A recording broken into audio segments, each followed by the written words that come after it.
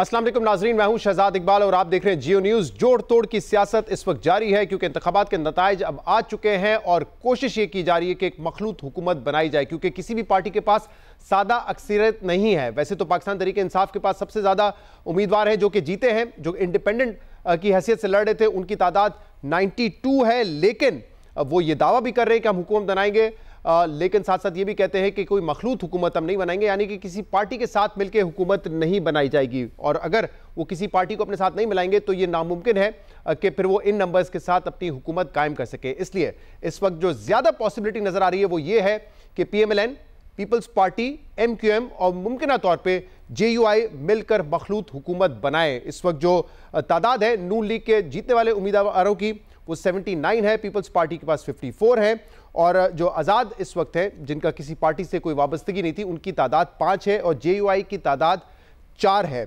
और अब तक ऐसे 5 कौमी असम्बली के वो अरकान जो कि इलेक्शन जीते हैं वो नून लीग में शामिल हो चुके हैं, जिसमें से एक जो है वसीम कादर साहब, जिनके हवाले से कल हमने आपको बताया था कि वो PTI की हिमायत याफ्ता थे लेकिन अब उन्होंने नून लीग ज्वाइन कर ली है। और 6 जो सूबाई असम्बली के उम्मीदवार हैं उन्होंने भी जीतकर नून लीग में शमूलियत इख्तियार कर ली है। उनका भी बहरहाल ताल्लुक किसी पॉलिटिकल पार्टी से नहीं है। तो एक तरफ तो आज पूरा दिन ये भी खबरें चलती रही कि पीपल्स पार्टी और नून लीग के दरमियान जो डायलॉग हो रहे हैं उसमें इस बात पर भी डिस्कशन हो रही है कि एक पावर शेयरिंग फॉर्मूला के तहत हुकूमत चलाई जाएगी जिसमें पहले 3 साल तक वजीर आजम नून लीग की तरफ से होंगे और फिर 2 साल के लिए पीपल्स पार्टी के वजीर आजम होंगे।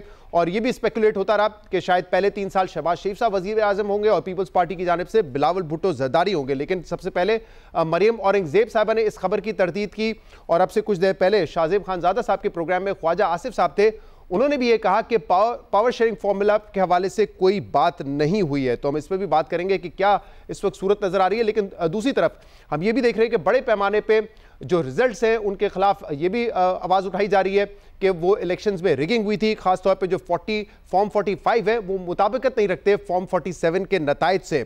और अब से कुछ देर पहले ये खबर आई है कि लाहौर हाई कोर्ट में जो 18 हल्कों के इंतखाबी नताइज के खिलाफ दरख्वास्तें जमा की गई थी वो दरख्वास्तें खारिज हो गई हैं, जिसमें मरियम नवाज, ख्वाजा आसिफ, अताउल्लाह तारर इनकी नशिस्तें भी शामिल थी, ओन चौधरी, अलीम खान और दीगर नशिस्तें उसमें शामिल थी। लेकिन जो वजह बताई गई है लाहौर हाई कोर्ट की तरफ से वो ये है कि ये दरख्वास्तें जो है वो नाकाबिल समात नहीं है, वो काबिल समात नहीं है और कहा गया है कि दुरुस्त फोरम पे जो है वो रुजू किया जाए, यानी कि इलेक्शन कमीशन ऑफ पाकिस्तान से इन दरख्वास्तों के हवाले से रुजू किया जाए। आज सियासी एतबार से ये खबरें भी बड़ी अहम रही कि जहांगीर खान तरीन जो कि पाकिस्तान तहरीक इंसाफ और इमरान खान के करीबी साथी थे, उन्होंने पार्टी छोड़ दी थी, फिर IPP पार्टी बनाई थी, उसके सरबराह थे, उन्होंने आज ऐलान किया है कि वो सियासत से दूर हो रहे हैं, सियासत छोड़ने का ऐलान किया है। और इसकी वजह यह बताई जा रही है कि वो दिल बर्दाश्ता हो गए हैं। 2 कौमी असम्बली की नशिस्तों से उन्होंने इलेक्शन लड़ा था, लोधरा और मुल्तान, और दोनों जगह उनको बड़ी शिकस्त हुई थी, तो उन्होंने सियासत छोड़ने का ऐलान कर दिया है।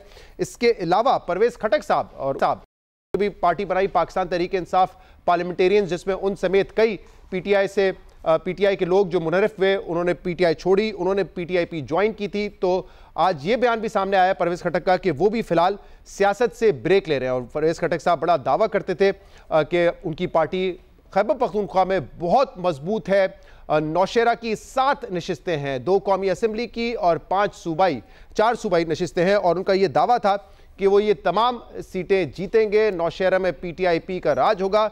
ये भी कई जलसों में वो कहते आए हैं कि इमरान खान की सियासत अब खत्म हो चुकी है। सुनिए कि परवेज खटक साहब क्या क्या दावे करते आए हैं। मैं कहता हूं अब तुम अकेले हो, नौशेरा मेरे साथ खड़ा है। इमरान खान कहता है जाए मुझे कुछ फर्क नहीं पड़ता। मैं उनको कहता हूँ आज नौशेरा आपके हाथ से निकल गया है और सफाया नौशेरा में ना किया तो मेरा नाम बदल देना। इस फिरौन को देखो, कहता है मुझे कोई छोड़ कर जाए मुझे फर्क नहीं पड़ता। तो परवेज खटक आपको चैलेंज देता है कि ये सूबा आपको छोड़ कर जाएगा, आप खाली हाथ फिरेंगे और यहाँ पर तहरीक इंसाफ पार्लियामेंटेरियन हुकूमत बनाएगी। अगले 5 साल इनकी कोई नुमाइंदगी नहीं होगी, तहरीक इंसाफ बिल्कुल फारिग हो जाएगी, 5 साल उनकी हैसियत नहीं रहेगी। ऐसा झटका दिया कि सारी उम्मत याद रखेंगे। के पास कोई सोच वाला आदमी नहीं जो प्लान कर सके, ना प्लानर है, सिर्फ एक हुआ बना हुआ है इस मुल्क में। और इनको ऐसी शिकस्त मिलेगी कि याद करेंगे, ये याद रखना 8 तारीख को इलेक्शन आएगा, ये फूक मैं दिखा दूंगा, ये फूक इनकी निकल जाएगी। ये आप लोगों ने हवा खड़ा किया हुआ है। मैं निकला इसलिए कि इमरान खान की शक्ल दिखाऊं कि सारा झूठ का पलंदा है, हिप्नोटाइज किया हुआ है, कहानियां डाली हुई है। पीटीआई का हवा बना हुआ है, इमरान खान की फूक निकल जाएगी। मैं निकला ही इसलिए हूं कि इमरान खान को शिकस्त दूं। लेकिन नौशहरा में जैसे मैंने बताया 2 कौमी असम्बली की और 5 सूबाई असम्बली की नशिस्तें, जिस पे परवेज़ खटक समेत उनके कई करीबी रिश्तेदार भी इलेक्शन लड़ रहे थे, वो तमाम सीटें वो हार चुके हैं। अब सियासत से उन्होंने ब्रेक लेने का फैसला किया। इसके अलावा हाफिज़ नईम साहब ने भी आज ये बात की है कि उनको कौमी असम्बली से हरवा दिया गया। उनका ये दावा है कि वो इलेक्शन वो जीत चुके थे, लेकिन जो सूबाई असम्बली की नशिस्त पे वो कामयाब हुए। उस हवाले से हाफिज़ नईम ने कहा कि जो नताइज हमारे सामने हैं, जो फॉर्म 45 हमारे सामने हैं, उसके मुताबिक इस सीट पर पाकिस्तान तहरीक इंसाफ के आज़ाद उम्मीदवार ने कामयाबी हासिल की है, लिहाजा वो इस सीट को छोड़ते हैं, इससे दस्तबरदार होते हैं। क्या कहा उन्होंने, सुनिए जरा। मेरी सीट पे जो PS 129 है, उस पे मेरे वोट शो किए गए। फॉर्म 47 जो इलेक्शन कमीशन ने जारी किया, वो शो किए गए हैं 26,000, जबकि एक्चुअली मुझे 30,464 वोट मिले हैं। लेकिन मुझसे ज्यादा वोट आजाद उम्मीदवार जो PTI के हैं उनको मिले हैं। और मैं इतना ज़र्फ रखता हूं कि मैं इस बात का ऐलान करता हूं कि PTI वहां पर उसका हिमायत याफ्ता आजाद कैंडिडेट जीता है। मैं इस सीट को अवेल नहीं करूंगा। मैंने कौम से वादा किया था, मेरी जमात ने वादा किया था कि हम एक वोट भी इजाफी नहीं चाहते। हाफिज़ नईम साहब ने अपनी सीट छोड़ने का ऐलान किया। बड़ी बात है, आमतौर पे जो उम्मीदवार नशिस्तें जीत जाते हैं, इलेक्शन जीत जाते हैं, वो इतना ज़र्फ नहीं दिखाते। लेकिन उन्होंने कहा है कि क्योंकि मैं हारा हूं, फॉर्म 45 के नतीजे बताते हैं, इसलिए ये सीट मैं नहीं रखूंगा। और जमात इस्लामी के जो अमीर हैं, उन्होंने भी अब अपने ओहदे से इस्तीफ़ा दे दिया है। तो हम तमाम तर जो इस वक्त सियासी सूरत हाल है उस पर बात करेंगे। आज प्रोग्राम में हमें ज्वाइन किया है शाहजेब खान ज़ादा साहब ने, वो हमारे साथ होंगे, सीनियर सहाफ़ी और तजज़ियाकार। इसके अलावा सीनियर सहाफ़ी और तजज़ियाकार आसमा शिराजी साहब हमारे साथ मौजूद हैं और सलीम साफ़ी साहब भी हमारे साथ मौजूद है। आप तीनों का बहुत बहुत शुक्रिया ज्वाइन करने के लिए। मैं सलीम साफ़ी साहब की तरफ जाना चाहूँगा, क्योंकि सलीम साफ़ी साहब, आपने ये नुकता सबसे पहले सवाल उठाया, बल्कि आपकी राय भी थी कि कोई सरप्राइज हो सकता है। सब देख रहे थे कि अगर नून लीग इलेक्शन जीतती है तो फिर कैंडिडेट नवाज शरीफ होंगे वजीर आजम के, लेकिन आपने कहा था कि शहबाज शरीफ जो है वो रेस में आपको आगे नजर आते हैं। इस हवाले से आपने सवालात भी किए और आज पूरा दिन ये खबरें सर्कुलेट करती रही हैं कि अगर नून लीग का वजीर आजम आएगा तो मुमकिन तौर पर वो शहबाज शरीफ होंगे। बल्कि ख्वाजा आसिफ साहब ने तो एक शो पे इसको कंफर्म भी किया कि नवाज शरीफ नहीं, शहबाज शरीफ साहब कैंडिडेट होंगे। जी शहजाद, जो उससे पहले हम बात कर रहे थे इंतखाबात से पहले, तो मेरी राय की बुनियाद और थी। उसकी बुनियाद ये थी कि हम तक ये इत्तलात पहुंची थी कि मुस्लिम लीग के अपने अंदरूनी महफलों में मियां नवाज शरीफ ये बात करते रहे कि अगर सादा अक्सरियत नहीं मिली तो वो फिर वज़ीर आज़म नहीं बनेंगे। तो उस वक़्त चूंकि ये अंदाज़ा था हमारा कि सादा अक्सरियत मुस्लिम लीग नून को नहीं मिल सकती, तो उस बुनियाद पे मैं ये दावा करता रहा इलेक्शन ट्रांसमिशन में इलेक्शन से पहले कि शहबाज शरीफ के वज़ीर आज़म बनने के चांसेस ज़्यादा हैं। और अब जो नई सूरत हाल बनी है तो उसमें तो ये ऑब्वियस हो गया है कि उनको इत्तेहादी हुकूमत बनानी पड़ेगी पीपल्स पार्टी के साथ और MQM वगैरह के साथ। तो इस सूरत हाल में तो ख्वाजा आसिफ कुछ कहे या दूसरा कुछ कहे, लेकिन मेरे ख्याल में मियां नवाज शरीफ साहब की जो उम्र है या जो उनकी एम्बिशंस है, उसके होते हुए मुझे नहीं लगता कि वो खुद वज़ीर आज़म बनना पसंद करेंगे। और गालिब इम्कान यही है कि मुस्लिम लीग नून की तरफ से वज़ारत उज़्मा के कैंडिडेट अब भी शहबाज शरीफ ही होंगे। और दूसरी तरफ साफ़ी साहब, ये आज एक डिस्कशन होती रही कि पावर शेयरिंग फार्मूला होगा, 3 साल वज़ीर आज़म नून लीग का होगा, 2 साल पीपल्स पार्टी का होगा, यानी कि बिलावल साहब होंगे। लेकिन इसको डिनाई किया है ख्वाजा आसिफ साहब ने भी और मरियम औरंगजेब साहिबा ने भी। लेकिन क्या कोई मुसद्दिका इतलात है इस हवाले से कि ये मुमकिन है और इस किस्म की डिस्कशन चल रही है? नहीं, तो ये अगर पूरी मुस्लिम लीग भी डिनाई करे तो मैं उस पर यकीन नहीं करूंगा। अच्छा। वजह उसकी ये कि क्या वो जब बिलावल साहब और जरदारी साहब और नवाज शरीफ साहब और शहबाज शरीफ साहब इस वक्त मिलते हैं, तो इसके अलावा क्या वो गमी शादी पे बात कर रहे हैं या इससे पहले क्यों नहीं मिले, या वो टमाटरों के रेट पे बात कर रहे हैं? इसी के लिए तो आपस में मिल बैठते हैं ना कि कोई पावर शेयरिंग का फार्मूला निकाल ले। इसके सिवा तो कोई उनका मौजूद बहस ही नहीं है।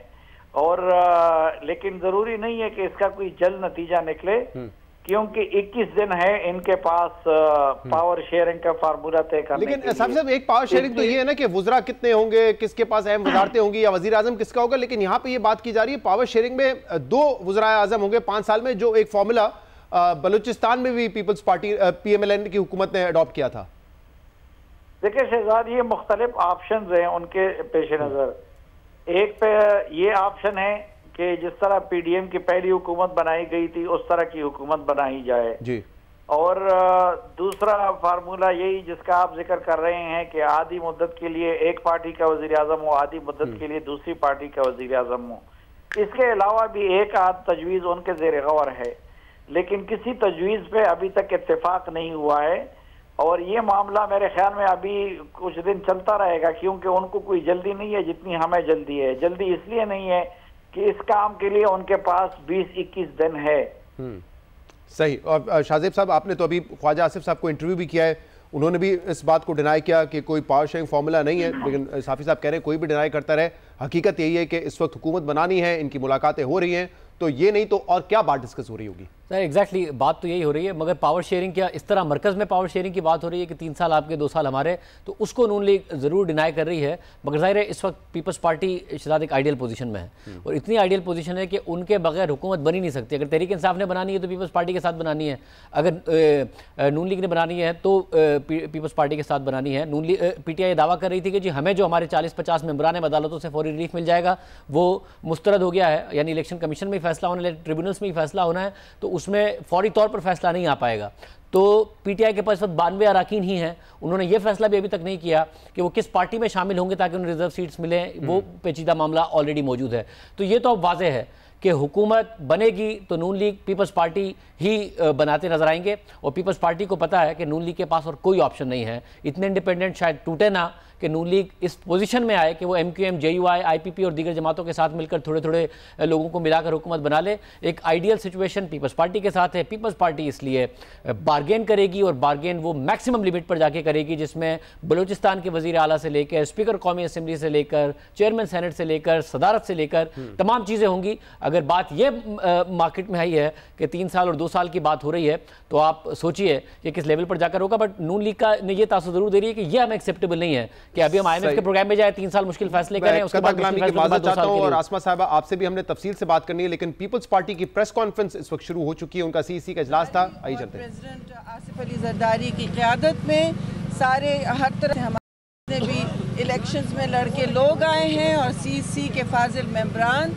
सब आज इन पर्सन आए हुए थे। आज इजलास में 3 बातें हुई। सबसे पहले तो हमने मुबारकबाद दी है अपने सारे मेंबरान को, अपनी पार्टी को, ख़ास तौर से चेयरमैन बिलावल और जरदारी साहब और आसिफा बीबी को, कि उन्होंने इतनी कैंपेन को में जान डाली, और सारी दुनिया जो आपकी दोस्त भी नहीं है, बहुत से लोग कह रहे हैं कि आपकी कैंपेन सबसे अच्छी हुई। तो सारे हमारे MNAs जो जीत के आए हैं, जिन्होंने एफर्ट किया, जो नहीं भी जीते, सबकी आज सुनी गई है, और उनके अपने अपने मसाइल डिस्कस किए गए हैं चारों सूबों के, और आज तफसीली गुफ्तगू हुई है इस इलेक्शन पर और किस तरह ये इलेक्शन लड़ा गया, और जहाँ जहाँ कंप्लेंट्स हैं लोगों की वो भी आज डिस्कस की गई, मुंजमद की गई।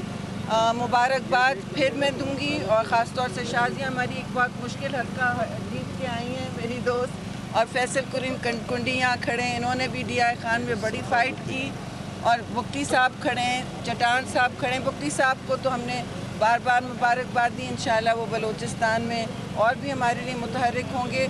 मुबारकबाद के अलावा मैं एक बात आपको बताती चलूँ कि आज क्योंकि चेयरमैन ने फ़ैसला किया है कि हम सारी सियासी जमातों से और हलकों से इंगेज करेंगे, और इस राब्ते के लिए हम एक छोटी सी कमेटी बना देंगे जो फुल टाइम यही करेगी। आजकल का कैलेंडर आप सबके सामने है, 29 को इजलास भी होना है, तो उस तक हम लोग ये इंगेजमेंट रखेंगे।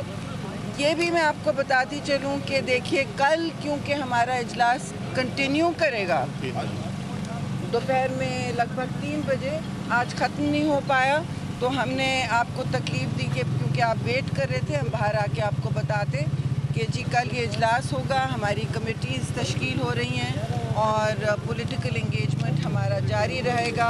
अभी कोई हतमी फैसले नहीं हुए किसी चीज़ पर, वो इसलिए कि अभी इजलास आधा जारी है।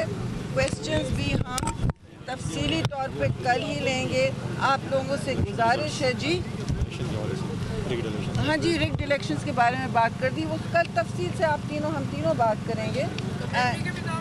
कमेटी अभी बन रही है तो क्योंकि इजलास जारी है, कल फिर जारी होगा, उसमें हम अनाउंस कर देंगे। पाकिस्तान पीपल्स पार्टी के जो जितने भी सोच है, सती साहब कोई आज सवाल नहीं है, सब तफसीली प्रेस कॉन्फ्रेंस इसमें मैं सिर्फ जो शहरी साहबा ने बात की है तमाम कर यही बातें हैं। आज क्योंकि मुबारकबाद भी दी गई और ख़ास तौर पे लीडरशिप के अहम रोल को अप्रिशिएट किया गया। पाकिस्तान पीपल्स पार्टी वो वाहिद जमात है जिसने इलेक्शन वाक़ितन लड़ा है, कैंपेन की है। पूरे पाकिस्तान में अगर कोई जमात इलेक्शन की कैंपेन में नज़र आई तो वो पाकिस्तान पीपल्स पार्टी थी। चेयरमैन बिलावल भुट्टो साहब थे, सदर आसिफ अली जरदारी साहब थे, असीफ़ा बीबी साहिबा थी।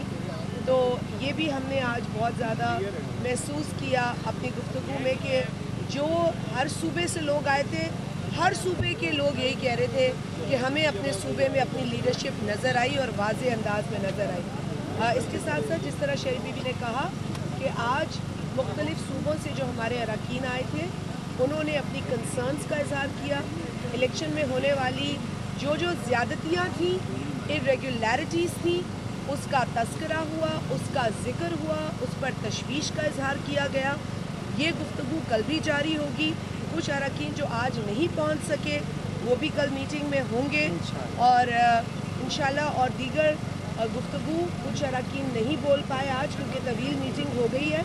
आप लोग भी वेट कर रहे थे, इसलिए हमने चाहा कि आज इसे रैप अप करें और कल गुफ्तगू को आगे लेकर जाएं। लेकिन इसी सोच के साथ कि हमने एनालाइज़ करना है जो कुछ हुआ है इलेक्शन में और फिर आगे किस तरह से बढ़ा जाए, क्या लाएमल इख्तियार किया जाए, बनाया जाए, वो कल की गुफ्तगू के नतीजे में आपके साथ तफसीलन शेयर करेंगे। देखें, जैसे बात हुई, तमाम मेंबरान ने आज बड़ी तफसीली चारों सूबों से हमारे जो सीसी के मेंबरान हैं जिन्होंने इलेक्शन में हिस्सा लिया, उन्होंने तफसीली जो है बातचीत की और अपने खदशात का भी इज़हार किया। इलेक्शन के हवाले से भी खदशात का इज़हार किया। ताज हैदर साहब की सरबराही में हमारी जो टीम काम कर रही थी वो भी अपने बहुत सी चीज़ें उन्होंने भी जमा की हैं। तो इलेक्शन के हवाले से जहाँ पर तहफ़्फ़ुज़ात हैं चारों सूबों में, उसका भी जिक्र हुआ।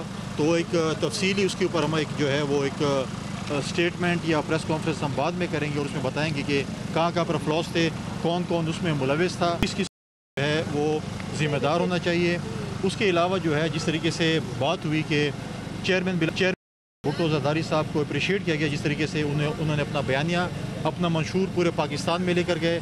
आसफ़ा बीबी ने जिस तरीके से कैंपेन चलाई, प्रेसिडेंट जरदारी साहब ने जिस तरीके से कैंपेन चलाई पाकिस्तान पीपल्स पार्टी के लिए और ख़ासकर बलूचिस्तान में जिस तरीके से कैंपेन चलाई गई, ऐसे ऐसे इलाकों में गए जहाँ पर जो है वो बहुत से दहशतगर्दी के भी खदशात थे, वहाँ पर भी गए। लेकिन पाकिस्तान पीपल्स पार्टी में बहुत सी इस वक्त राय भी आई हैं जिसकी कंक्लूजन इंशाअल्लाह ताला हम कल करेंगे। कल 3 बजे हमारी गालिबन सीसी की मीटिंग होगी। कल शाम को एक तफसीली प्रेस कॉन्फ्रेंस होगी जिसमें हमारी कमेटी के भी नाम आ जाएंगे जो एंगेज होगी बाकी पॉलिटिकल पार्टीज़ के साथ। पाकिस्तान पीपल्स पार्टी की रहमान साहिबा, फैसल करीम कुंडी साहब और शाजिया मरी साहिबा तीनों ने यह बताया कि अब तक कंक्लूड नहीं हुई है। कल दोबारा 3 बजे सीसी का इजलास होगा। काफ़ी सारे लोग जो आज मीटिंग में थे उनको बोलने का मौका नहीं मिला, अपनी राय देने का मौका नहीं मिला, लेकिन उन्होंने ये ज़रूर कहा कि आज हमारी सीसी में इस बात को अप्रिशिएट किया गया कि जो इंडिपेंडेंट लोग भी हैं वो भी पीपल्स पार्टी की इलेक्शन कैंपेन की तारीफ कर रहे हैं। आसमा साहिबा, उन्होंने कहा अभी तक फैसला नहीं हुआ है और हर किसी की राय है, तो एक राय कल फैसल करीम कुंडी साहब ने हमारे प्रोग्राम में दी थी। उन्होंने कहा था कि वो ये राय सीसी की मीटिंग में भी रखेंगे कि बिलावल भुट्टो जरदारी साहब को होना चाहिए वजीर आजम, और अगर नून लीग इसकी मुखालफत करती है, उनको नहीं मानती वजीर आजम, तो फिर पीपल्स पार्टी को ऑपोजिशन में बैठना चाहिए। आपको क्या लगता है मौजूदा जो सियासी सूरत हाल है, इस बात का कितना इम्कान है कि पीपल्स पार्टी ऑपोजिशन में बैठ जाएगी? बहुत शुक्रिया शहजाद। अभी तक की जो इत्तलात हमारे तक पहुंची है उसमें तो ये डिस्कशन जो है वो काफ़ी ज़्यादा सीसी के अंदर हुआ है कि उनको अपोजिशन में बैठना चाहिए अगर बिलावल साहब प्राइम मिनिस्टर नहीं बनते। और सपोर्ट नहीं देनी चाहिए उस तरह से सिवाय वोट के, यानी कैबिनेट का हिस्सा नहीं बनना चाहिए। लेकिन ये लगता नहीं है कि ऐसा हो, क्योंकि ये प्रैक्टिकल नहीं है, प्रैग्मेटिक नहीं है। अगर आप देखें तो इस वक्त बिल्कुल मुकम्मल तौर पर रियासत एक बंद गली में खड़ी है।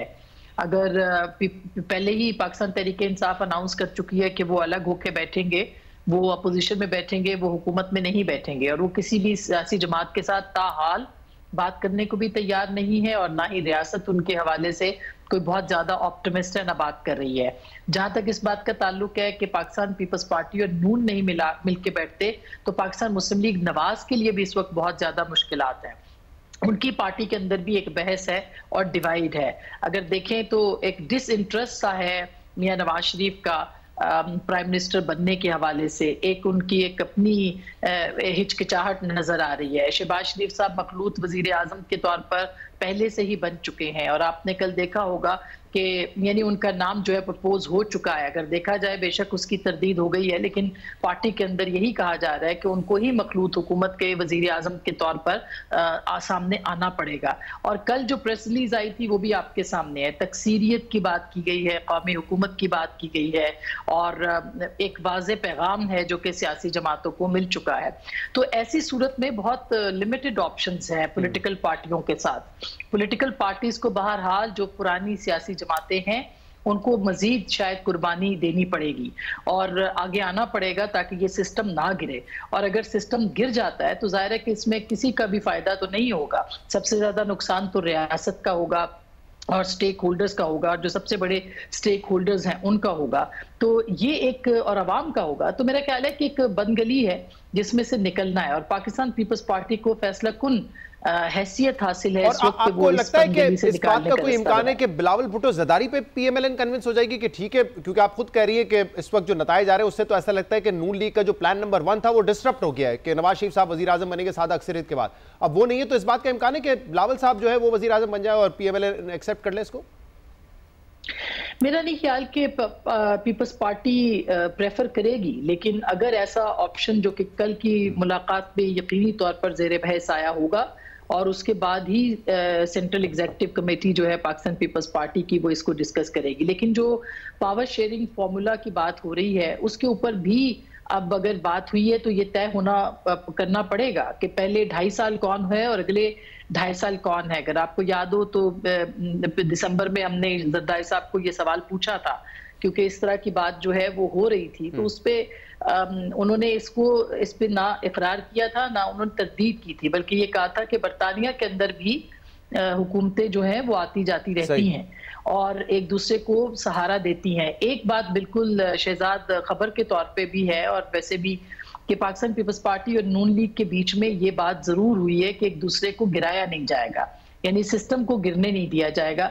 तो मेरा ख्याल है कि अगर इस मामले के ऊपर इत्तेफाक हो जाए तो पाकिस्तान पीपल्स पार्टी और पीएमएलएन इस पूरे सिस्टम को कैबिनेट में बैठे बगैर पीपल्स पार्टी या पीएमएलएन, लेकिन पीएमएलएन की स्ट्रॉन्ग इसलिए है पोजीशन कि उनके पास नंबर ज्यादा है और एक अकलियती हुकूमत अगर हुकूमत बनाती है, यानी तीसरे नंबर पे आने वाली हुकूमत, तो उसकी क्रेडिबिलिटी के ऊपर सवाल उठेंगे। यहाँ पर अभी तक सूरत हाल ये है कि इंडिपेंडेंट्स जो हैं वो पाकिस्तान मुस्लिम लीग नवाज के साथ जो है वो राब्ते में हैं और उनकी तवक्कुआत हैं कि अगले कुछ दिनों में 15 से 20 लोग अगर आ जाते हैं तो वो एक मजबूत पोजीशन के अंदर आ जाएंगे। तो शाहज़ेब अब ये बताइएगा कि ये बहस तो यहाँ पे चल रही है कि हुकूमत कौन बनाएगा कौन नहीं बनाएगा, लेकिन तहरीक इंसाफ जो दावा करी थी कि हम भी इस दौड़ में हैं, नंबर उनके ज़्यादा हैं, बट वो अगर ये कहते हैं हमारा राइट है तो वो राइट अगर वो एक्सरसाइज करना चाहते हैं तो इट्स वेरी ऑब्वियस कि ऐसा नहीं होगा कि उन्होंने अगर नताए चैलेंज किए उनके हक में आ जाएंगे। उनको जाहिर सी बात है किसी पार्टी के साथ अलायंस बनाना पड़ेगा, वो भी नहीं बनाना चाहते, तो फिर राइट तो उन्होंने अपना लूज नहीं कर दिया। एक तो राइट लूज करने से ज़्यादा ऐसा लगता है कि जैसे तहरीक इंसाफ को एहसास है, आप उनसे ऑफ द रिकॉर्ड भी बात करें तो उन्हें एहसास है कि जी जो कुछ हमारे साथ हुआ है, जिस तरीके से back to back Imran Khan साहब के पास के खिलाफ फैसले आए, फिर पीटीआई से जो बल्ले का निशान है वो वापस लिया गया और फिर जो क्रैकडाउन का पूरा सिलसिला जारी है, अभी भी बहुत सारे केसेस हैं, वो इसलिए नहीं हुआ है कि हम हुकूमत बना लेंगे तो ये आसान होगा नहीं हमारे लिए। अभी हमें पार्टी चुननी है कि पार्टी कौन सी होगी ताकि हम जाएं तो हमें रिजर्व सीट्स मिले। अगर पार्टी के पास नहीं जा रहे हैं तो कौन कौन हो कि हमारे साथ इस अलायंस में राजी हो कि 91 हम इंडिपेंडेंट रहेंगे, 91, 92 और हमारे साथ मिल जाए। MQM की कोई नीयत नहीं नजर आती है। हालांकि गौर खान साहब ने अगर किसी एक जमात का जिक्र किया था कि हम उसके साथ जा सकते हैं तो MQM है।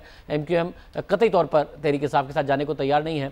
पीपल्स पार्टी, नून लीग ज़ाहिर है तहरीक इंसाफ के साथ नहीं जाएंगी। तहरीक इंसाफ भी यही कह रही है कि हमारा भी ऐसा कोई इरादा नहीं है। हालांकि जो दरमियान में अगर बात आई थी कि अगर तहरीक इंसाफ को हुकूमत में जाना होता है, जब आप हुकूमत में आते हैं तो पावर पॉलिटिक्स में आपकी मुश्किलात कम होती हैं। जब पावर में आप आ जाते हैं, आपके लोगों के ऊपर जो क्रैकडाउन हो रहा है, जो केसेस हो रहे हैं, जो गिरफ्तारियां हो रही हैं, ये सारे के सारे डायनामिक्स बदल जाते हैं। तो हर जमात ज़ाहिर हुकूमत में आना चाहती है। इमरान खान साहब ने 2018 में हर हाल में हुकूमत में आए थे। वो पंजाब में अक्सरियत नहीं थी तो नून लीग को नहीं बनाने दे दी थी उन्होंने। नून लीग के ज़्यादा MPs थे, मगर उन्होंने ज़बरदस्ती जहांगीर तरीन साहब का जहाज़ उड़ा के, लोटे मिला के किसी भी तरीके से अपनी हुकूमत बनाई थी।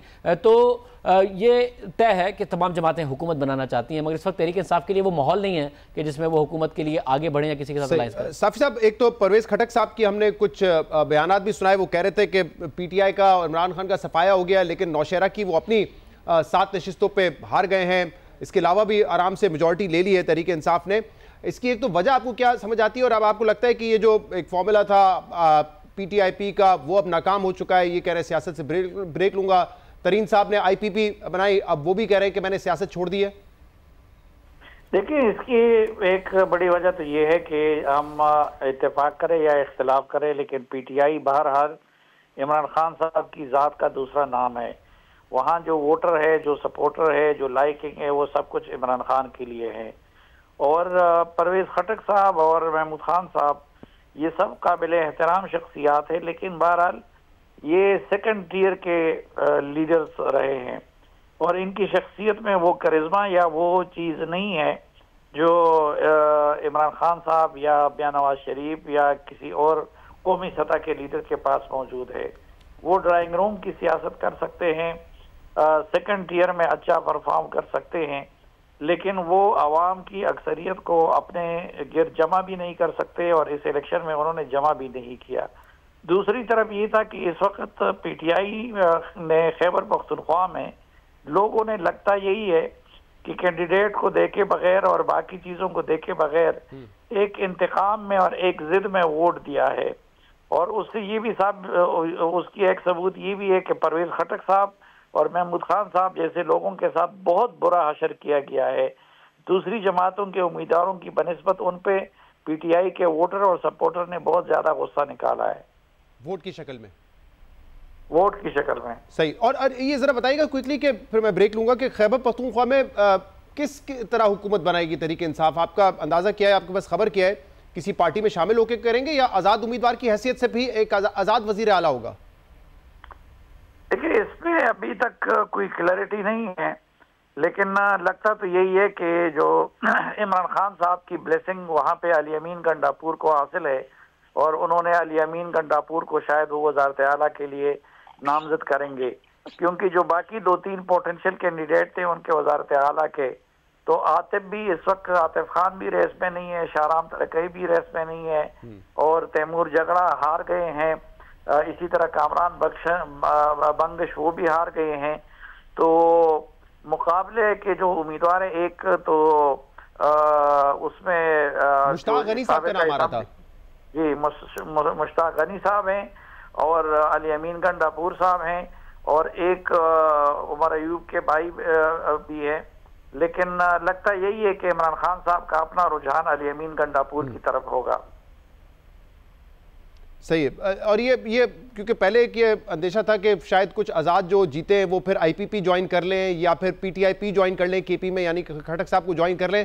अब आपको इसके इम्कानात नजर आ रहे हैं?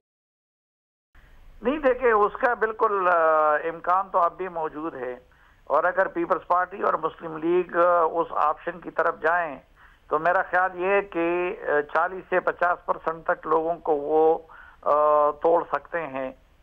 लेकिन खैबर पख्तूनख्वा में उनके पास इतनी वाज़ेह अक्सरियत है कि शायद सूबाई सतह पे तो ये कोशिश ना की जाए, अलबत्ता कौमी सतह पे इस बात का इम्कान है कि जो इंडिपेंडेंट आए हैं उनमें से कुछ लोग मुस्लिम लीग नून और कुछ लोग पीपल्स पार्टी को ज्वाइन कर लें। ठीक है, प्रोग्राम में एक ब्रेक शामिल करेंगे और इसके बाद हम मजीद बात करेंगे। हमारे साथ रहिएगा।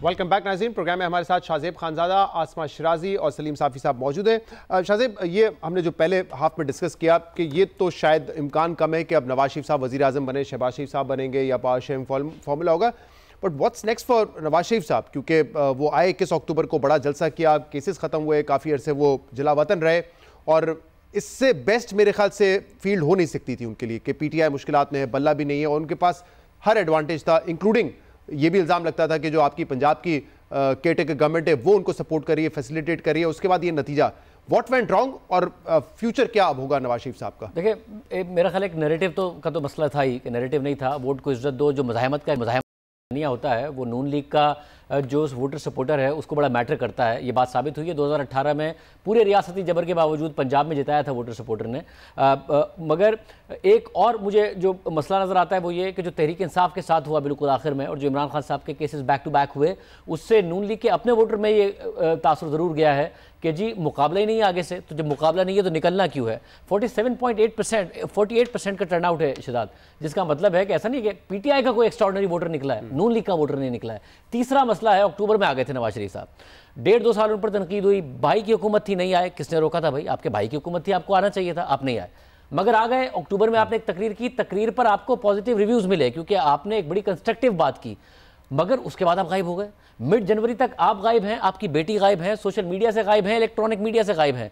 अगर आपकी तबीयत का मसला था तो इमरान खान साहब ने क्या किया, उनकी हुकूमत गई, वो बैक टू बैक जलसे किए, 70 के करीब जलसे किए, और जब जलसे नहीं कर रहे थे तो रोज़ाना 7 बजे आके बैठ जाते थे, कौम से खिताब करते थे, वज़ीर आज़म नहीं थे, कौम से खिताब करते थे, और रोज़ाना वो मीडिया की हेडलाइंस में जगह बनाते थे ताकि बात हो तो इमरान खान पर हो, या तो उनके खिलाफ हो या उनके हक में हो, टॉपिक इमरान खान देगा फिर बात होगी। नवाज शरीफ साहब अक्टूबर में गायब हो गए, मिड जनवरी तक गायब हैं, मरियम नवाज साहिबा भी गायब हैं, नवाज शरीफ साहब भी गायब हैं। फिर लेट कैंपेन शुरू की तो उसके बाद आपको नज़र आया कि जो सुस्ती थी उनकी, वो उनके वोटर सपोर्टर को नहीं निकालने में कामयाब हुई। एक पहले ही आपके पास बयानियां नहीं है, 16 महीने की आपके पास हुकूमत है जिसकी कोई कारकर्दगी नहीं है, महंगाई कम करने का वादा करके आए थे, हिस्टोरिक महंगाई छोड़कर जा रहे हैं, और उसके बाद बाहर नहीं निकल रहे हैं ये सोच के कि इमरान खान पर तो इतना क्रैकडाउन है तो हमने तो जीत ही जाना है। तो जब आपने ये सोचा कि आपने जीत जाना है तो शायद आपके वोटर सपोर्टर ने भी सोचा आपने जीत जाना है, क्योंकि आपने घर से निकले ये सोच के कि आपने जीत जाना है, तो आपका वोटर भी नहीं निकला ये सोच के कि आपने जीत जाना है। और ये भी बताइएगा कि अभी जो तहरीक इंसाफ के बहुत सारे लोग हैं वो कह रहे हैं कि हमारे साथ अभी भी धांधली हुई है। इनफैक्ट उनका जो क्लेम है वो ये कहते हैं कि कल गौहर अली खान साहब ने हमारे प्रोग्राम में कहा कि हमारी तो 170 नशिस्तें बनती हैं, बाकी कुछ मुबसरीन ने जो कह रहे हैं कि 150 के करीब बनती थी, और वो इल्ज़ाम हर जगह एक ही तरीके का है कि फॉर्म 47 जो है खुद बना लिया है, वो फॉर्म 45 से टैली नहीं हो रहा। तो आपको लग रहा है कि अब जब ये आज लाहौर हाई कोर्ट ने तो कहा कि ये राइट फोरम नहीं है, आप इलेक्शन कमीशन जाएं, तो आपको लग रहा है कि एक तो इन्वेस्टिगेट तो होना चाहिए क्योंकि इल्जाम बहुत बड़ा है, और अगर आइंदा के इलेक्शंस भी ऐसे होने लगे कि फॉर्म 47 पे फैसला हो रहा है तो उस पर बड़े सवालिया निशान होंगे, तो इसकी तहकीकात होनी चाहिए। और आपको लग रहा है कोई नतीजा निकलेगा इसका? देखिए, एक तो नतीजा निकलना चाहिए, जो वो बात आपने की उसको ज़ाहिर हम सेकंड करते हैं, और हम ये भी कहते हैं कि फौरी तौर पर होना चाहिए। ऐसा नहीं हो सकता कि एक ऐसी हुकूमत बन जाए जिसके पास मैंडेट ना हो। असल में अगर तहरीक इंसाफ के सारे इल्ज़ाम दुरुस्त हैं तो फौरी तौर पर फैसला हो ताकि हुकूमत की लेजिटिमेसी हो। मगर दूसरा जो प्रैक्टिकल आप बात कर रहे हैं, तो हमने देख लिया कासिम सूरी साहब 4 साल तक स्टे ऑर्डर पर डिप्टी स्पीकर रहे, सब कहते रहे, मगर जस्टिस उमर अता बंदियाल ने स्टे ऑर्डर दिया और स्टे ऑर्डर देकर भूल गए, वो डिप्टी स्पीकर रहे और पूरी की पूरी असेंबली डिसॉल्व करने का बाइस बने। तो पाकिस्तान में ग्राउंड रियलिटी क्या है? मगर ये बड़ी फिक्र की बात है जो आपने दूसरी बात की कि फॉर्म 47 पर अगर फैसला होने लग गया तो फिर आइंदा इलेक्शन बेमायने हो जाएंगे, इसलिए फॉर्म 45 की अपनी अहमियत है, उनका वेरीफाई होना बहुत ज़्यादा लाजमी। सही है। और आसमा, आपको क्या लगता है नून लीग के पास बेहतर मुज़ाहिमती बयानिया होता है? क्योंकि हमारे शो में खुर्रम दस्तगी साहब ने कहा कि ऐसा लगता है कि उसी पार्टी की मकबूलियत है जिसके पास मुज़ाहिमती बयानिया है, लेकिन फिर मैंने उनसे कहा फिर कबूलियत नहीं होती अगर मुज़ाहिमती बयानिया होता है। वो 2018 में भी देखा, अब भी हमने देखा। तो आपको लगता है बयानिया बेहतर होता, कैंपेन बेहतर होती तो नताइज मुख्तलिफ होते, या जो वेव चल पड़ी थी जो पीटीआई के सपोर्टर्स ने दिखाया रिजल्ट वही आना था फिर भी? देखिए शहजाद, एक चीज तो आपको देखनी पड़ेगी कि पहली बार पंजाब के अंदर खास करके जो कि नून लीग का गढ़ है, और उसमें पहली बार वो जिस तरह से उन्होंने इंतखाब लड़ा है, इससे पहले कभी ना लड़ा गया है, ना शायद लड़ा जाएगा। उस क्योंकि वोट प्रो नहीं पड़ा, वो एंटी ही वोट पड़ा है, और वो एंटी किसी भी सियासी जमात के है या इस्टेब्लिशमेंट मुखालिफ बयानिए पे है, लेकिन वोट एंटी ही पड़ा है। और ये बात जब तक आप नहीं लेके आएंगे, इसको तस्लीम नहीं करेंगे, तब तक आप आगे नहीं बढ़ सकते। जब पाकिस्तान मुस्लिम लीग नवाज के कायद जो थे वो एक बयानिया लेके आए और मुझे क्यों निकाला का था या जो भी था, तो आप देखें कि उनको किस कदर पजीराई मिली, और जब वही बयानियां इमरान खान साहब लेके आए तो उनको पजीराई मिली। और फिर उसके बाद अब और दूसरा बड़ा फैक्टर जो है वो पाकिस्तान मुस्लिम लीग नवाज का, जो कि बहुत तफसील से शाहजेब ने बताया है कि आप ड्राइंग रूम्स के अंदर और कबूलियत के साथ इंतखाबात नहीं लड़ सकते। आपको मेहनत करनी होती है, आपको कैंपेन चलानी होती है, आपको गली कूचे में जाना होता है, आपको अवाम के साथ जुड़ना होता है। और सबसे अहम बात है वो नौजवान वोटर जो कि निकला है, वो औरतें जो कि कभी नहीं निकली वो निकली हैं। और ये पहली बार हुआ है पाकिस्तान की सियासत के अंदर कि घरों में बैठे हुए लोगों ने अपने गम और गुस्से और एहतजाज का इजहार पर्ची के जरिए से किया है। और वो पर्ची के जरिए से इजहार जो है उसका फायदा इमरान खान साहब को हुआ है, लाइक इट और नॉट। लेकिन इस वक्त जो अगर आप देखें तो ये सियासत का धारा बिल्कुल बदल गया। जब भी जो सियासतदान है वो ये कह रहे हैं कि अब हम मजीद सियासत नहीं करेंगे या हम नहीं जाएंगे, क्योंकि वो सियासत जो इससे पहले होती थी बहरहाल उसका धारा बदला है। और सियासी जमातों को भी इसको देखना पड़ेगा। पाकिस्तान मुस्लिम लीग नवाज को ड्राइंग रूम्स के अंदर बैठ के अगर सियासत करना है और अगर अवाम में उनको नहीं निकलना, अगर नौजवान वोटर को उन्होंने अट्रैक्ट नहीं करना, कब तक पुराना बयानिया और पुरानी चीजों के ऊपर जो है वो बातचीत होती रहेगी। इलेक्शन के हवाले से आपने एक नया टर्म मैं सुन रहा था आपका तजिया, उसमें आपने मुतारिफ कराया, आपने कहा ये चुनतखब हुए हैं। तो ये जो इल्ज़ाम है, आपको लगता है कि इस हवाले से एटलीस्ट इंक्वायरी होनी चाहिए कि जो इल्ज़ामात हैं वो दुरुस्त है या नहीं? शहजाद, ये तो हमेशा पिछला इंतखाब भी चुनतखब ही था, इंतखाब तो नहीं है, और ये भी चुनतखब है, ये हमें तस्लीम करना चाहिए। पिछली दफा भी जो रिजेक्टेड वोटर्स थे वो बहुत ज्यादा थे, इस दफा भी बहुत ज्यादा वोट्स जो है वो मुस्तरद हुए। तो एक कब तक ऐसा होगा कि आप इंतखाब के नाम के ऊपर जो है वो पहले ही फैसले कर लेंगे? ऐसा नहीं हो सकता। एक बदला हुआ पाकिस्तान है, लोगों को हक के राय दही है, शऊर है, 2.5 मिलियन लोग हैं, जिसमें के सबसे बड़ी तादाद 60% से ज्यादा नौजवान है। आप उनको मजाक नहीं बना सकते और उनके पास बहुत ज्यादा विजडम भी है। तो मेरा ख्याल है कि ये एक चुनतखब या चुनतखाबात जो है ये अब सोल्यूशन नहीं है। या तो आप फैसला कर लें कि आपने पाकिस्तान के अंदर जमहूरियत नहीं चलानी, आपने इसी तरह से बंद कमरों में फैसले करने हैं, या फिर आपने अगर फैसला किया है तो उसके ऊपर अमल दरामद करें, जमहूरियत लेके आए और आइन लेके आए। हमें पता है कि इमरान खान साहब अगर दोबारा भी मुंतखब हो गए तो शायद उनकी परफॉर्मेंस नहीं होगी ऐसी, लेकिन उसके बावजूद लोगों की चॉइस है, लोगों ने उनके लिए फैसला किया है, उसको तस्लीम किया जाना चाहिए। और विल ऑफ द पीपल को आप तस्लीम करें, बिल्कुल सही, विल ऑफ द पीपल को तस्लीम करें। साहब अब ये बताइएगा कि अगर ये कोalition गवर्नमेंट बनती है जिसमें मेजर पार्टनर PMLN और पीपल्स पार्टी और होता हुआ भी नजर आ रहा है, तो क्या देर पा चल सकेगी? कुछ लोग कह रहे हैं कि 2008 वाला हाल ना हो कि फौरन ही जुदा हो जाए, क्योंकि एक तरफ तो लेजिटिमेसी पे सवाल उठता रहेगा, फिर दूसरी तरफ इन दोनों के दरमियान जो इख्तलाफात रहे वो भी बड़े वाजे रहे। पाकिस्तान में तो खैर आने वाले कल के बारे में कोई भी पेशरगोई नहीं की जा सकती और आने वाले कल में कुछ भी हो सकता है। अभी परसों हमारी बात हो रही थी और उसमें हमारे कुछ साथियों का ख्याल ये था कि बिलावल ने बिल्कुल मुस्लिम लीग नून के लिए दरवाजे बंद कर लिए हैं और ये कर दिया है, वो कर दिया है। लेकिन हमने देखा कि अगले रोज वही बिलावल शहबाज शरीफ साहब और नवाज शरीफ साहब वगैरह के साथ बैठे हुए थे। तो कल के बारे में तो कुछ भी नहीं कहा जा सकता, लेकिन जिस तरीके से अभी हमारी मजबूरी इन दोनों जमातों को एक दूसरे के साथ बैठना पड़ेगा, क्योंकि अगर एक दूसरे के साथ नहीं बैठेंगे तो अंजाम क्या होगा। PTI तो अपनी हुकूमत फॉर्म नहीं कर सकती, क्योंकि PTI ने खुद जो सियासत की है और जो तर्ज गुफ्तगू उन्होंने इख्तियार किया है, तो उसमें उनके साथ पीपल्स पार्टी नहीं बैठ सकती, उसमें उनके साथ मुस्लिम लीग नून नहीं बैठ सकती, उसमें उनके साथ JY नहीं बैठ सकती। तो फिर यही दो ऑप्शन है कि इन दो जमातों का कि ये एक दूसरे के साथ बैठे, और अगर ये लोग किसी मुत्तफिका लाएअमल को नहीं अपनाते तो उसका दूसरा नतीजा क्या होगा? उसका दूसरा नतीजा डेडलॉक होगा और असम्बली की तहलील होगी। तो उस भयानक नतीजे को देखकर फिर मुस्लिम लीग नून भी इस तरफ आ जाती है और पीपल्स पार्टी भी इस तरफ आ जाती है। तो मेरे ख्याल में जिस मजबूरी की वजह से इस वक्त ये दोनों आपस में बैठ रही है, उस मजबूरी की वजह से ये दोनों आगे चलती रहेंगी। और मौलाना साहब क्या सोच रहे हैं? आज ये मैं पढ़ रहा था, कोई मुस्तदिका मेरे पास इत्तलात नहीं है कि मौलाना साहब ने शायद इनकार कर दिया है, नवाज शरीफ साहब ने दावत दी थी आए हमसे मुलाकात करें हुकूमत साजी के हवाले से, लेकिन आपके पास कोई कंफर्म्ड इंफॉर्मेशन इस हवाले से?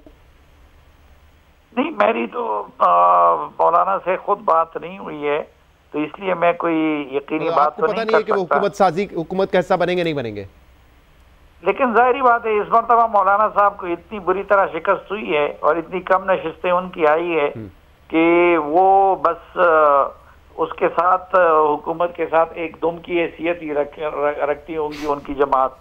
तो इसलिए मौलाना साहब इस वक्त किंग मेकर की पोजीशन में नहीं है। ये दोनों जमातों इनको तो हैसियत ऐसी है कि उनके बगैर बात नहीं बनती, लेकिन मौलाना की इस मरतबा वो पोजीशन नहीं है कि उनके बगैर बात नहीं बन सके। MQM की अलबत्ता पोजीशन है, इसलिए आपने देखा होगा कि MQM के यहाँ आना जाना लगा हुआ है। लेकिन मौलाना साहब को मेरे ख्याल में नवाज शरीफ साहब और शहबाज शरीफ साहब की ये ख्वाहिश होगी कि मौलाना साहब को हुकूमत में शामिल कर लें, और आखिरी स्टेज पर मौलाना साहब को भी हुकूमत पसंद होती है तो मौलाना साहब इंशाल्लाह ज्वाइन भी कर लेंगे। सही। और शाहज़ाद इस सवाल आपसे भी कि क्या ये हुकूमत देर पा चल सकेगी, मसाइल का हल निकाल सकेगी? क्योंकि अभी पिछले इलेक्शन में बिलावल साहब ने काफ़ी हीट बढ़ाई थी और पर्टिकुलरली नवाज शरीफ साहब और इसाक डार पे उनकी बड़ी तनकीद थी। शहबाज शरीफ के हवाले से फिर भी कहते थे कि वर्किंग रिलेशनशिप हमारा अच्छा था। अब वो मिसाल भी देते थे कि देखें अमेरिका में प्रेजिडेंशियल डिबेट होती है, हिलरी क्लिंटन वर्सेस ट्रंप, तो वो भी ख्वाहिशमंद थे कि इस तरह की डिबेट हो। अब इस तरह की डिबेट के बाद ये नहीं होता कि फिर आप अलाय बन जाए, यानी कि आप सोचे ना कि ट्रंप और हिलरी क्लिंटन जो है वो फिर एक ही पार्टी में हो जाए, ये नहीं होता वहाँ पे, लेकिन अब ये होगा यहाँ पे। तो ये कितना आपके ख्याल में एक मजबूत कोalition होगी? देखिए इकॉनमी पे डिपेंड करता है शहजाद, और ज़ाहिर है रियासत इदारों के साथ जो मामलात हैं इमरान खान साहब के उस पर डिपेंड करता है। जो ये कहा जा रहा था कि शायद सिंपल मेजॉरिटी आ गई नून लीग की तो नहीं बनेगी और वहाँ से झगड़ा होगा, तो जो इस खदशात का इज़हार कर रहे थे, तो उस सूरत में क्या कोलिशन अब पाकिस्तान को सूट करती है? सवाल ये उठ रहा है कि ये कोलिशन जो है ये इकॉनमी के मसाइल हल कर सकती है या नहीं कर सकती। SIFC का एक प्लेटफॉर्म बना हुआ है जिसने कैबिनेट को तो ऑलमोस्ट इनफेक्टिव ही कर दिया है। अब तो जो SIFC फैसला करेगा रबर स्टैंप आपको कैबिनेट होगा। तो जब कैबिनेट की अहमियत नहीं है तो फिर जो कोलिशन की कैबिनेट हो या फिर एक सिंपल मेजॉरिटी वाली गवर्नमेंट की कैबिनेट हो उसकी क्या अहमियत होगी? तो डिपेंड ये करता है कि पाकिस्तान में इन्फ्लोज क्या रहेंगे, पाकिस्तान की इकोनॉमिक परफॉर्मेंस क्या रहेगी, जिसमें मेरे बड़े डाउट्स हैं पाकिस्तान की इकोनॉमिक परफॉर्मेंस को लेकर। IMF का एक अगला प्रोग्राम है वो निगोशिएट करना है। इन चीज़ों पर क्लैरिटी रहे तो कोलिशन चल भी सकती है, कोलिशन सर्वाइव कर भी सकती है। 5वें साल में जाके शायद इनमें मसले आएँ, क्योंकि फिर पोजीशन करती हैं जमातें अपने आप को इलेक्शन के लिए, तो उस वक्त जाके झगड़े आएँ। ये निकाल सकती है अपने 5 साल, मगर डिपेंड इकोनॉमी पे करता है कि इकोनॉमी कैसे चलती है। सवाल फिर आप कह रहे हैं इकोनॉमी का है सबसे बड़ा, तो इकोनॉमी चलाएगा कौन? फाइनेंस मिनिस्टर कौन होगा? इसाक डार होंगे, कोई और होगा? क्योंकि बिलावल साहब इस पर भी बड़ी पोजीशन ले चुके हैं। Anyone but Ishaq Dar as finance minister of Pakistan. मुझे याद है ये पोजीशन वो बहरहाल ले चुके हैं। अब देखते हैं कि जब बारगेनिंग हो रही होगी तो शख्सियात पर हो रही होगी या ओहदों पर हो रही होगी। अगर ओहदों पर हो रही होगी कि हमें मैक्सिमम ओहदे चाहिए, तो फिर जो ओहदा नून लीग के पास जाएगा, क्या पीपल्स पार्टी इस पर भी बार्गेन करेगी कि ये भी हमारी पसंद का शख्स होगा या नहीं होगा? जरदारी साहब की हिस्ट्री ये नहीं है। जरदारी साहब की हिस्ट्री है कि जो मुझे चाहिए वो मेरी मर्ज़ी का होगा, जो आपका है वो आपकी मर्ज़ी का होगा। मगर बिलावल इतनी स्ट्रॉन्ग पोजीशन ले चुके हैं तो क्या वो इस पर भी फोर्स करेंगे या नून लीग ने खुद फैसला कर लिया? ये भी बड़ा आम सवाल है। क्या नून लीग खुद फैसला कर चुकी है कि इसाक डार साहब फाइनेंस मिनिस्टर नहीं होंगे, उनको कोई और ओहदा दिया जाएगा? ये भी देखना है। क्विकली आसमा, अगर आप भी इस पर अपने कमेंट दे दें, आपको लग रहा है कि ये कोलिशन एक स्ट्रॉन्ग हुकूमत साबित हो सकती है, साथ चल सकते हैं, या इख्तलाफात की वजह से मुश्किल होगा? 2008 में तो हमने देखा था कि कुछ ही अरसे, कुछ माह ये साथ चले थे। देखिए एक फॉर्मूला तय पाएगा। जो हमारे इत्तलात हैं वो ये हैं कि इस हुकूमत साजी से पहले दोनों जमातें एक चार्टर ऑफ इकोनॉमी के ऊपर जो है वो एग्रीमेंट करना चाहती हैं, वो बैठ के तय करना चाहती हैं कि क्या फैसले करने हैं, किस तरह से आगे बढ़ना है। और अगर ये तय पा गया तो फिर दोनों जमातें जो है वो चल पाएंगी। लेकिन ये बात बिल्कुल अपनी जगह पे है कि उसके बगैर ना पाकिस्तान पीपल्स पार्टी नून के साथ चलेगी और ना नून पीपल्स पार्टी के साथ चलेगी। इसलिए ये जो बात है ये अभी हमारी इत्तलात है कि अगले कुछ दिनों के अंदर इसके ऊपर डेलिब्रेशंस होंगी और हो सकता है इसमें बाकी लोगों को भी शामिल किया जाए। और अगर पाकिस्तान तहरीक इंसाफ ये समझती है कि वो भी आगे बढ़े इस सिस्टम में, जो कि लगा है हमें कि वो सिस्टम में आगे बढ़ना चाहते हैं अब, तो मेरा ख्याल है उनको भी इसके ऊपर बैठना पड़ेगा। लेकिन उससे पहले कम से कम इन दो जमातों को एक फॉर्मूला, एक चार्टर ऑफ डेमोक्रेसी, एक इकोनॉमी जो है उसको तय करना है। क्विकली शाहज़ेब, ये बड़े तज्ज़िये चलना शुरू हो गए कि अब क्योंकि पोजीशन स्ट्रांग हो गई है, दिखाया तहरीक इंसाफ ने हमारा वोट है, क्या इससे उनकी सियासत पे और बिलखसूस इमरान खान के हवाले से जो इस वक्त सिचुएशन है उसमें कोई फ़र्क पड़ सकता है?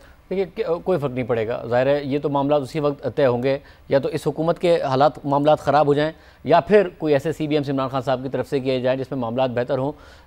प्रेशर आर्जी पड़ सकता है, मगर हमने देखा है कि जो डेमोक्रेटिक फोर्सेस हैं वो कितना प्रेशर डाल देती हैं आखिर में इस मुल्क में। बहुत बहुत शुक्रिया शाहजेब खानजादा, आसमा शिराजी साहबा, सलीम साफ़ी साहब, बहुत बहुत हमें ज्वाइन करने का। आज के प्रोग्राम में इतना ही, इजाज़त दीजिए, अल्लाह हाफ़िज़।